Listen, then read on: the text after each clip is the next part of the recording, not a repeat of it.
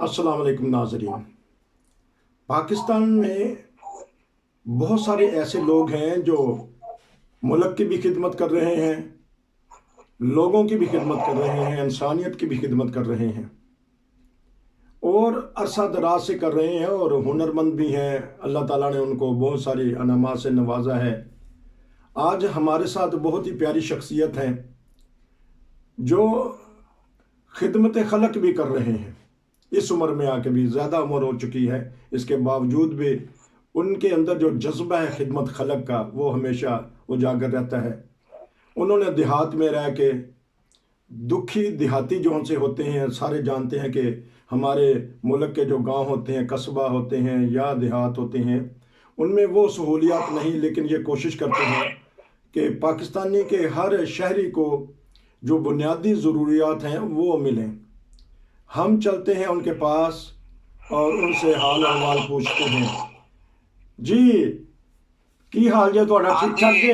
ठीक ठाक जे तुहाडा हाल की जे? अल्लाह ताला दा फजल है। अल्लाह ताला तुहानू अपने बेशुमार फजलों दे नाल नवाजे, अपनी रहमत दी चादर दा हमेशा साया रखे। जेड़े सुनने वाले दोस्त ने, अल्लाह ताला उन्हां नू भी अपनी हिफ्ज़ो अमान दे विच रखे। हर दुख तो, हर दर्द तो, हर परेशानी, हर मुसीबत, हर इब्तला तो महफूज रखे। अच्छा जी। मेरा जी चक चट्ठा जिला हाफिजाबाद दे नाल तल्लक है ते मेरे दिल दे विच ये ख्वाहिश है कि इंसानियत दी खिदमत की जाए जी, क्योंकि जिस बंदे नू नापिया उन्नू नास दा कोई खिताब देंदा है, एक बड़ा बड़ा खिताब है। या कोई खिदमत करता है लोकां दी ते ये बड़ा एक बड़ा दुनिया दे विच रह के सब तो बड़ा शुगल जड़ा है वो ये वे कि इंसानियत दी खिदमत की जाए। जबरदस्त।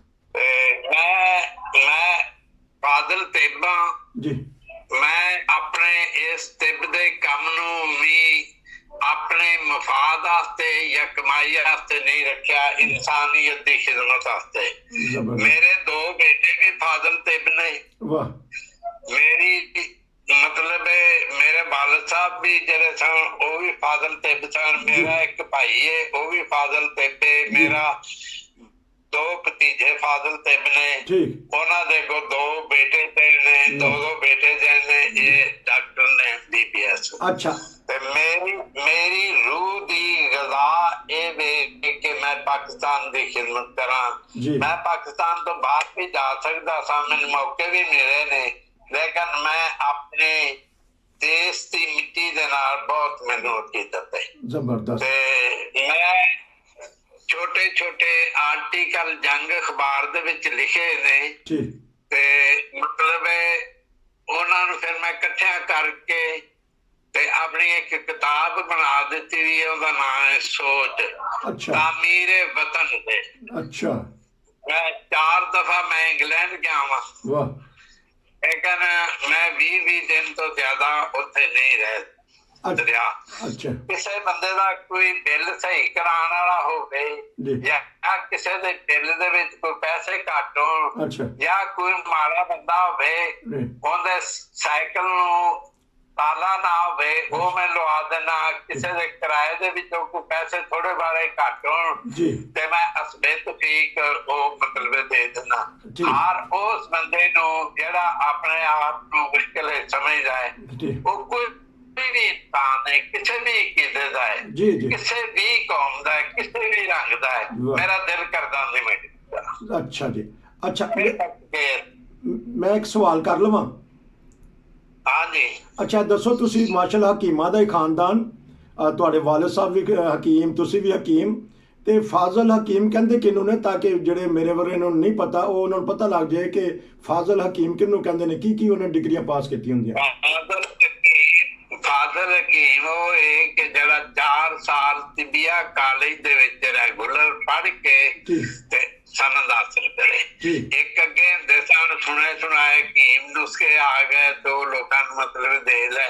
एक हुंदा है रजिस्टर्ड हकीम, क्वालीफाइड जड़ा हकीम है ना, ओनू फादल तिब दी, फादल तिब्बो जराहत दी उनदी डिग्री है। अच्छा। ਦੱਸੋ ਕਿ 4 ਸਾਲ ਪੜ੍ਹਨ ਤੋਂ ਬਾਅਦ ਫਿਰ ਤੁਹਾਡਾ ਇਮਤਿਹਾਨ ਹੁੰਦਾ ਹੈ ਤਹਿਰੀਰੀ? ਹਰ ਸਾਲ ਹੁੰਦਾ ਹੈ ਤਹਿਰੀਰੀ ਇਮਤਿਹਾਨ, ਹਰ ਸਾਲ ਹੁੰਦਾ ਹੈ। ਫਿਰ ਦਰਜੇ ਬਦਰਜੇ ਅੱਗੇ ਜਾਂਦਾ, 4 ਦਰਜੇ ਨੇ, ਪਹਿਲਾ 2 3 ਤੇ 4। ਅੱਛਾ, ਤੇ ਜਦੋਂ ਮੁਕੰਮਲ ਹੋ ਜਾਂਦੀ ਤੇ ਤੁਹਾਨੂੰ ਹਕੂਮਤ ਵੱਲੋਂ ਹੁੰਦਾ ਹੈ ਕਿ ਤੁਸੀਂ ਉੱਥੇ ਜਾ ਕੇ ਕਿਸੇ ਦਵਾਖਾਨਾ ਦੇ ਵਿੱਚ ਜਾ ਕੇ ਪ੍ਰੈਕਟਿਸ ਕਰੋ, ਜਾਂ ਤੁਸੀਂ ਆਪਣੀ ਦੁਕਾਨ ਖੋਲੋ ਜਾ ਕੇ? ਪ੍ਰੈਕਟਿਸ ਤੇ 2 ਸਾਲ ਵੀ ਅਗਰ ਤਿੱਬੀਆ ਕਾਲਜ ਦੇ ਵਿੱਚ ਕੋਈ ਪੜ੍ਹੇ ਤੇ 2 ਸਾਲ ਪੜ੍ਹਨ ਤੋਂ ਬਾਅਦ ਵੀ ਉਹਨੂੰ 50% ਪ੍ਰੈਕਟਿਸ ਦੀ ਇਜਾਜ਼ਤ ਮਿਲ ਜਾਂਦੀ ਹੈ। ਅੱਛਾ, ਤੇ ਜਿਸ ਵੇਲੇ ਕੋਈ ਮੁਕੰਮਲ ਕਰ ਲੈਂਦਾ ਹੈ ਉਸ ਵੇਲੇ ਆਪਣਾ ਦਵਾਖਾਨਾ ਬਣਾ ਕੇ ਬਾਕਾਇਦਾ ਅਲੱਗ ਜਿਹੜੀ ਹੈ ਨਾ ਉਹ ਪ੍ਰੈਕਟਿਸ ਕਰ ਸਕਦਾ। ਲੇਕਿਨ ਹਰ 4 ਸਾਲ ਦੇ ਬਾਅਦ ਆਪਣੀ ਜਿਹੜੀ ਸਨਦ ਹੈ ਨਾ ਉਹਨੂੰ ਫਿਰ ਨਿਯੁਕਤ ਕਰਾਉਣਾ ਪੈਂਦਾ। ਅੱਛਾ, ਤੁਸੀਂ ਕੌਂਸਲ ਦੇ ਕੋਲ। ਕੌਂਸਲ ਦੇ ਕੋਲ। ਅੱਛਾ, ਹਰ 4 ਸਾਲ ਬਾਅਦ ਕਿਉਂ ਕਰਾਉਣਾ ਪੈਂਦਾ? ਦੇਖਦੇ ਨੇ ਕਿ ਹਕੀਮ ਮਤਲਬ ਉਹਨੇ ਕਰਦੇ ਨੇ, ਮਤਲਬ ਫਿਰ ਜਾਇਦਾ ਲੈਂਦੇ ਨੇ, ਫਿਰ ਉਹ ਤਸੱਲੀ ਕਰਕੇ ਤੇ ਫਿਰ ਉਹ ਨਵੀਂ ਸਨਦ ਜਿਹੜੀ ਹੈ ਨਾ ਉਹ ਜਾਰੀ ਕਰ ਦਿੰਦੇ ਨੇ ਤੇ ਤਾਰੀਖ ਵਧਾ ਦਿੰਦੇ ਨੇ। ਅੱਛਾ, ਠੀਕ ਹੈ, ਉਹਨੂੰ ਰੀਨਿਊ ਕਰ ਦਿੰਦੇ ਨੇ ਤੁਹਾਡਾ ਜਿਹੜਾ ਲਾਇਸੈਂਸ ਹੈ ਅੱਗੇ ਜਾਏ। ਅੱਛਾ, ਕਦੀ ਕੋਈ ਐਸਾ ਮਰਹਲਾ ਆਉਂਦਾ ਹੈ ਜਦੋਂ ਹਕਮਤ ਲੋਕ ਪੜ੍ਹਦੇ ਨੇ ਕਿ ਕਹਿਣ ਨਹੀਂ ਜੀ ਮੁਸ਼ਕਿਲ ਪੜ੍ਹਾਈ ਹੈ, ਇਹਨੂੰ ਨਹੀਂ ਕਰਨਾ ਚਾਹੀਦਾ, ਜਾਂ ਇਹਦਾ ਮੁਸਤਕਬਲ ਕੋਈ ਨਹੀਂ? ਕਦੀ ਕੋਈ ਸਟੂਡੈਂਟ ਭੱਜ ਵੀ ਜਾਂਦੇ ਨੇ ਵਿੱਚੋਂ? ਭੱਜ ਵੀ ਜਾਂਦੇ ਨੇ, ਬਾਅਦ ਔਕਾਤ ਲੋਕ ਛੱਡ ਦਿੰਦੇ ਨੇ ਥੋੜਾ ਜਿਹਾ ਪੜ੍ਹ ਕੇ। ਜਿਨ੍ਹਾਂ ਦੇ ਜ਼ਿਹਨ ਦੇ ਵਿੱਚ ਪੁਖਤਗੀ ਹੁੰਦੀ ਹੈ ਉਹ ਉਸ ਕੋਰਸ ਨੂੰ ਮੁਕੰਮਲ ਕਰ ਦਿੰਦੇ ਨੇ। ਬੜੀ ਜ਼ਬਰਦਸਤ। ਲੇਕਿਨ ਜਿਹੜੇ ਮਸਲਨ ਇੱਕ ਬੰਦਾ ਹੈ ਉਹਦਾ ਫੰਨੀ ਤਜਰਬਾ ਜਾਂ ਮਤਲਬ ਸ਼ੋਭਾ ਇਹਦੇ ਨਾਲ ਰਹਿੰਦਾ ਹੈ, ਉਹ ਤੇ ਯਕੀਨੀ ਮਤਲਬ ਉਹ ਪੂਰਾ ਕਰੇਗਾ। ਜਿਸ ਨਵਾਂ ਤਜਰਬੇ ਦੇ ਵਿੱਚ ਕਿ ਇਹ ਨਹੀਂ ਠੀਕ ਉਹ ਕਰ ਲੈਂਦੇ ਆ, ਫਿਰ ਨੱਚ ਵੀ ਜਾਂਦੇ ਨੇ। ਕੋਈ ਪੜ੍ਹਾਈ ਮੁਸ਼ਕਿਲ ਵਿੱਚ ਅੱਜ ਤੱਕ ਹੀ ਕੋਈ ਪੜ੍ਹਾਈ ਮੁਸ਼ਕਿਲ ਵਿੱਚ ਨਹੀਂ ਹੈ। ਕੋਈ ਜਿਸ ਪੜ੍ਹਨ ਲੱਗੇ ਬੰਦਾ ਤੇ ਕੋਈ ਮਤਲਬ ਮੁਸ਼ਕਿਲ ਨਹੀਂ ਹੈ। ਅੱਛਾ, ਤੁਹਾਡੇ ਕੋਲ ਨਾ 2-4 ਇੰਟਰਵਿਊ ਅਸੀਂ ਲਵਾਂਗੇ ਤੇ ਇਸ ਇੰਟਰਵਿਊ 'ਚ ਤੁਹਾਡੇ ਕੋਲ ਹਾਲਾਤ ਪੁੱਛਣੇ। ਕਦੀ ਐਸਾ ਵੀ ਹੁੰਦਾ ਹੈ ਕਿ ਹਕੀਮ ਸਾਹਿਬ ਦੀ ਦਵਾਈ ਦਿੱਤੀ ਹੈ ਤੇ ਬੰਦਾ ਟੁਰ ਗਿਆ, ਅਗਲੇ ਜਹਾਨ ਟੁਰ ਗਿਆ? ਐਸਾ ਵੀ ਹੋ ਜਾਂਦਾ ਹੈ? ਵੇਖੋ ਜੀ, ਡਾਕਟਰਾਂ ਦੇ ਹਜ਼ਾਰ ਮਤਲਬ ਜਾਂਦੇ ਨੇ ਜੀ, ਤੇ ਜਿਹੜੀ ਹੈ ਨਾ ਇੱਕ ਮਤਲਬ ਜਿਹੜਾ ਹਕੀਮ ਹੈ ਉਹ ਤੇ ਮੁਆਲਜ ਹੈ, ਉਹ ਤੇ ਫਾਇਦਾ ਪਹੁੰਚਾਉਂਦਾ ਹੈ ਜੀ। ਜਿਸ ਕਿਸੇ ਦੀ ਕਿਸਮਤ ਵਿੱਚ ਇਹ ਤੁਸੀਂ ਪੁੱਛੋ ਕਿ ਗਲਤ ਦਵਾਈ ਦੇ ਇਸਤੇਮਾਲ ਤੋਂ, ਗਲਤ ਦਵਾਈ ਦੇ ਇਸਤੇਮਾਲ ਕੁਆਲੀਫਾਈਡ ਹਕੀਮ ਜਿਹੜਾ ਉਹ ਗਲਤ ਦਵਾਈ ਨਹੀਂ ਦਿੰਦਾ। ਅੱਛਾ, ਨਹੀਂ ਅਸਲ ਇਹ ਚੀਜ਼ ਹੈ ਕਿ ਇਹ ਜਿਹੜਾ ਕੋਰਸ ਹੈ ਇਹਦੇ ਵਿੱਚ ਇੱਕ ਵੈਦ, ਇੱਕ ਮਤਲਬ ਵੈਦਕ ਜਿਹੜੀ ਉਹਦੇ ਵਿੱਚ ਕੁਸ਼ਤੇ ਵੀ ਮਾਰ ਸਕਦਾ ਬੰਦਾ। ਅੱਛਾ, ਤੇ ਜਿਹੜਾ ਯੂਨਾਨੀ ਆਰਯੂ ਵੈਦਕ ਹੈ ਨਾ, ਮਤਲਬ ਯੂਨਾਨੀ ਦੇ ਵਿੱਚ ਹਕੀਮ ਵਾਸਤੇ ਅਥਰਾਈਜ਼ ਹੈ ਕਿ ਉਹ ਜੜੀ ਬੂਟੀਆਂ ਦੇ ਨਾਲ ਇਲਾਜ ਕਰੇ। ਅੱਛਾ ਜੀ। ਜਿਹੜਾ ਵੈਦ ਹੈ ਉਹ ਕੁਸ਼ਤੇ ਵੀ ਮਾਰ ਸਕਦਾ, ਧਾਤਾਂ ਦੀ ਤਬਦੀਲੀ ਵੀ ਕਰ ਸਕਦਾ ਜੀ। ਲੇਕਿਨ ਅਗਰ ਕੁਸ਼ਤਾ ਕਿਸੇ ਕੋਲੋਂ ਕੱਚਾ ਰਹਿ ਜਾਏ ਤੇ ਫਿਰ ਉਹ ਨੁਕਸਾਨ ਵੀ ਦਿੰਦਾ ਹੈ। ਅੱਛਾ, ਇਸ ਵਾਸਤੇ ਮਤਲਬ ਜਿਹੜੇ ਅਣਜਾਣ ਹਕੀਮਾਂ ਦੇ ਕੁਸ਼ਤੇ ਜਾਤ ਨੇ ਇਹਨਾਂ ਤੋਂ ਮਤਲਬ ਬਚਣਾ ਚਾਹੀਦਾ। ਜੜੀ ਬੂਟੀਆਂ ਦੇ ਨਾਲ ਇਲਾਜ ਕਰਨਾ ਚਾਹੀਦਾ। ਜੜੀ ਬੂਟੀਆਂ ਦੇ ਵਿੱਚ ਬਹੁਤ ਬੜੀ ਅਫਾਦੀਅਤ ਹੈ। ਅੱਛਾ, ਤੇ ਇਹ ਜੜੀ ਬੂਟੀਆਂ ਪਾਕਿਸਤਾਨ ਦੇ ਕਿਸ ਇਲਾਕੇ 'ਚ ਜ਼ਿਆਦਾ ਨੇ? ਹਰ ਜਗ੍ਹਾ ਦੇ ਉੱਤੇ, ਹਰ ਪਾਸੇ ਮਤਲਬ ਜਿਹੜੀਆਂ ਨੇ ਨਾ ਬਹੁਤ ਆਲੀ ਸ਼ਾਨ ਮਤਲਬ ਬੂਟੀਆਂ ਨੇ। ਮੈਂ ਤਕਰੀਬਨ 100 ਬੂਟੀ ਜਿਹੜੀ ਹੈ ਨਾ ਉਹਨੂੰ ਮਤਲਬ ਸਿਰ ਤੋਂ ਜਿਸ ਜਗ੍ਹਾ ਦੇ ਉੱਤੇ ਪੈਦਾ ਹੋਈ ਹੋਵੇ ਉੱਥੇ ਜਾ ਕੇ ਮੈਂ ਸ਼ਨਾਖਤ ਕਰ ਸਕਦਾ ਕਿ ਇਹ ਬੂਟੀ ਹੈ। ਇੱਕ ਹੁੰਦਾ ਸਾਡੀ ਵੈਦਿਕ ਦੇ ਵਿੱਚ ਨਾ 10 ਮੂਲ, ਯਾਨੀ ਮੂਲ ਆਉਂਦੇ ਨੇ ਜੜ ਨੂੰ।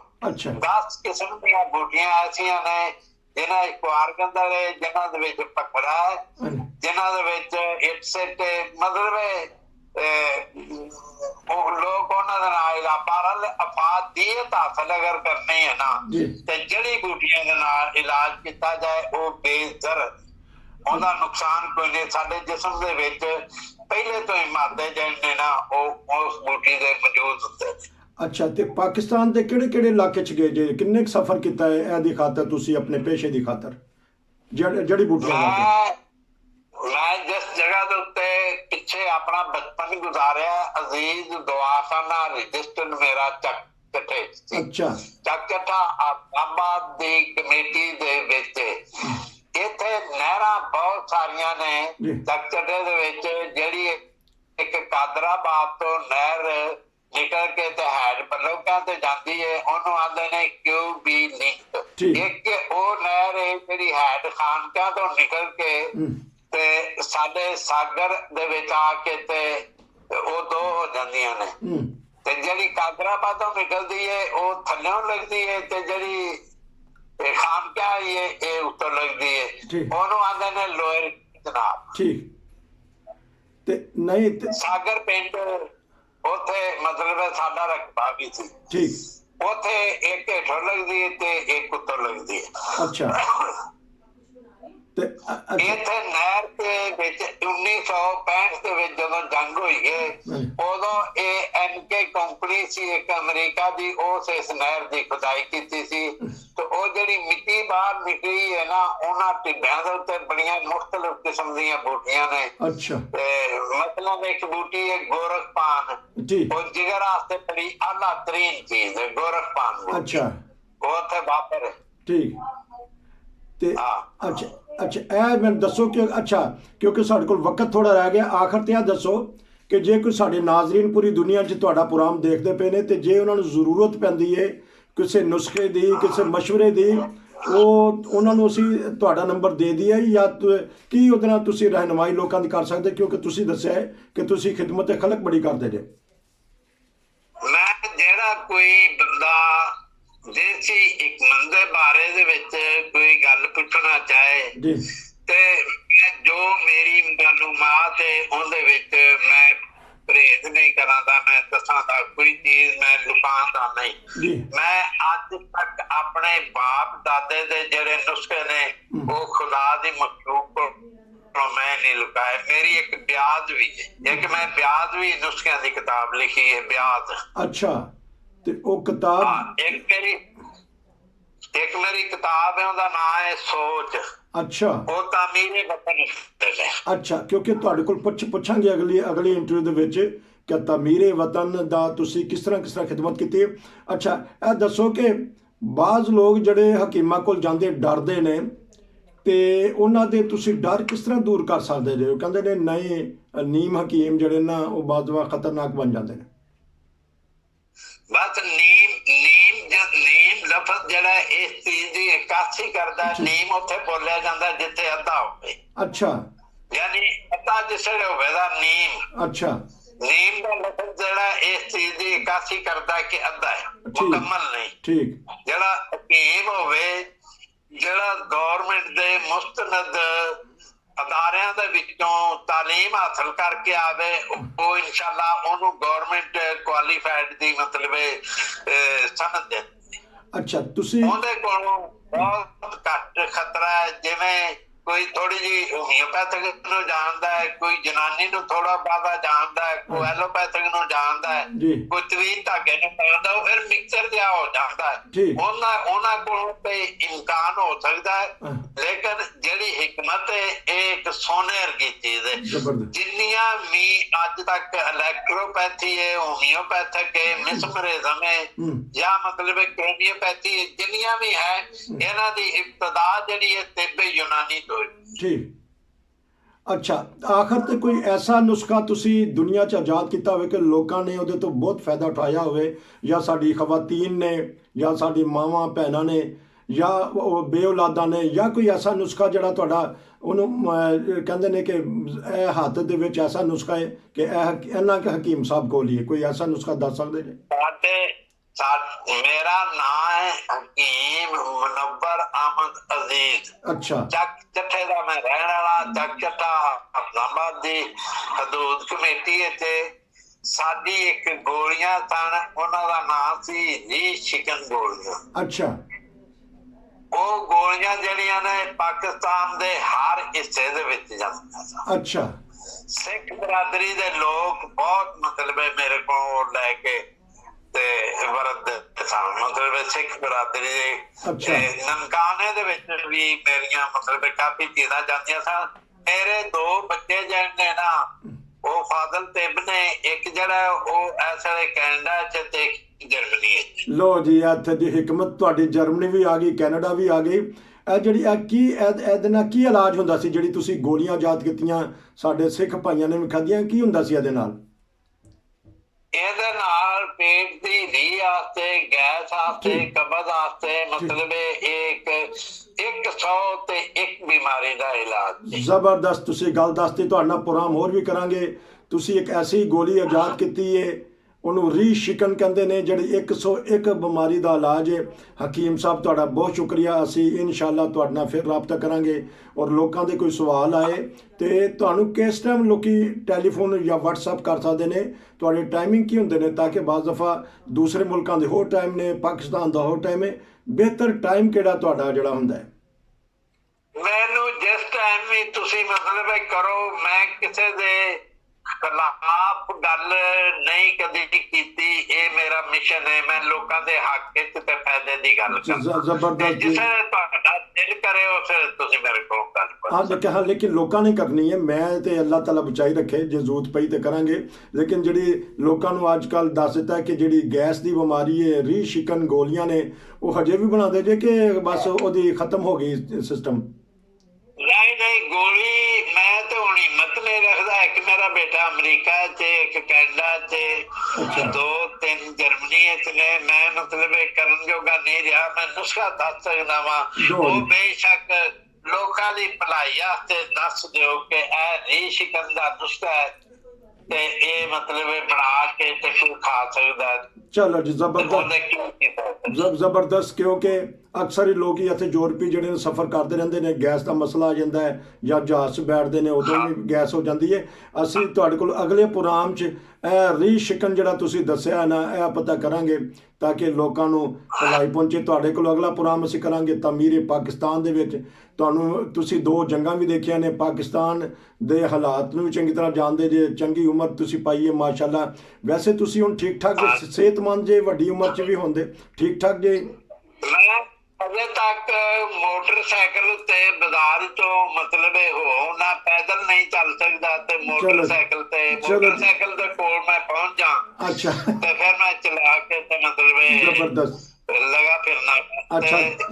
ਮੇਰੀ ਬੇਗਮ ਦੀ ਵੀ ਇੰਨੀ ਹੀ ਉਮਰ। ਅੱਲਾਹ ਤਾਲਾ ਫਜ਼ਲ ਕਰ ਫਰਮਾਏ ਤੁਹਾਡੇ ਦੋਨੋਂ ਬਜ਼ੁਰਗਾਂ ਦਾ ਸਾਇਆ ਤੁਹਾਡੇ ਬੱਚਿਆਂ ਦੇ ਉੱਤੇ, ਸਾਡੇ ਸਾਰਿਆਂ ਦੇ ਉੱਤੇ। ਕਿਉਂਕਿ ਜੇ ਕੋਈ ਅੱਲਾਹ ਤਾਲਾ ਨੇ ਸਾਨੂੰ ਸਾਥ ਦਿੱਤਾ ਹੈ ਨਾ ਜੀ, ਦੋਹਾਂ ਜੀਆਂ ਨੂੰ, ਅਗਰ ਸਾਡੇ ਕੋਲੋਂ ਕੋਈ ਪੁੱਛਦਾ ਹੈ ਕਿ ਸਾਡਾ ਮਤਲਬ ਸਿਹਤ ਦਾ ਕੀ ਰਾਜ ਹੈ, ਤਾਂ ਉਹ ਇਹ ਵੇਖ ਕੇ ਅਸੀਂ ਹਰ ਗਰੀਬ ਦੀ ਅਸਬੇ ਤੌਫੀਕ ਮਦਦ ਕਰਨਾ ਹੈ। ਮਾਸ਼ਾਅੱਲਾ ਮਾਸ਼ਾਅੱਲਾ, ਬੜੀ ਸੁਣ ਕੇ ਮਜ਼ਾ ਆਇਆ ਹੈ ਕਿ ਤੁਸੀਂ ਜਿਹੜੀ ਇਨਸਾਨੀਅਤ ਦੀ ਖਿਦਮਤ ਕਰਦੇ ਜੇ, ਹਰ ਜ਼ਰੂਰਤਮੰਦ ਦੀ ਜ਼ਰੂਰਤ ਪੂਰੀ ਕਰਨ ਦੀ ਕੋਸ਼ਿਸ਼ ਕਰਦੇ ਜੇ। ਸਿਰਫ ਹਾਂਜੀ, ਇੱਕ ਇੰਤਹਾਈ ਸਾਦਾ ਬੰਦਾ ਵਾਂ। ਠੀਕ ਹੈ, 93 ਮਾਡਲ ਮੇਰੇ ਕੋਲ ਮੋਟਰਸਾਈਕਲ ਹੈ। ਚਲੋ ਜੀ ਠੀਕ ਹੈ। ਬੱਚੇ ਮੇਰੇ ਖਾਂਦੇ ਪੀਂਦੇ ਨੇ, ਮੈਂ ਠੀਕ ਹੋ ਗਿਆ। ਮਤਲਬ ਆਪਣੀ ਤਬੀਅਤ ਦੇ ਵਿੱਚ ਸਾਦਗੀ ਇੰਨੀ ਦੇਸੀ ਮੈਂ ਜੁੱਤੀ ਪਾਣਾ ਵਾ। ਚਲੋ ਜੀ, ਚਲੋ ਜੀ, ਬਹੁਤ ਅੱਛਾ, ਬਹੁਤ ਜ਼ਬਰਦਸਤ। ਤੁਹਾਡੇ ਨਾਲ ਗੱਲ ਕਰਨ ਦਾ ਮਜ਼ਾ ਆਇਆ ਕਿਉਂਕਿ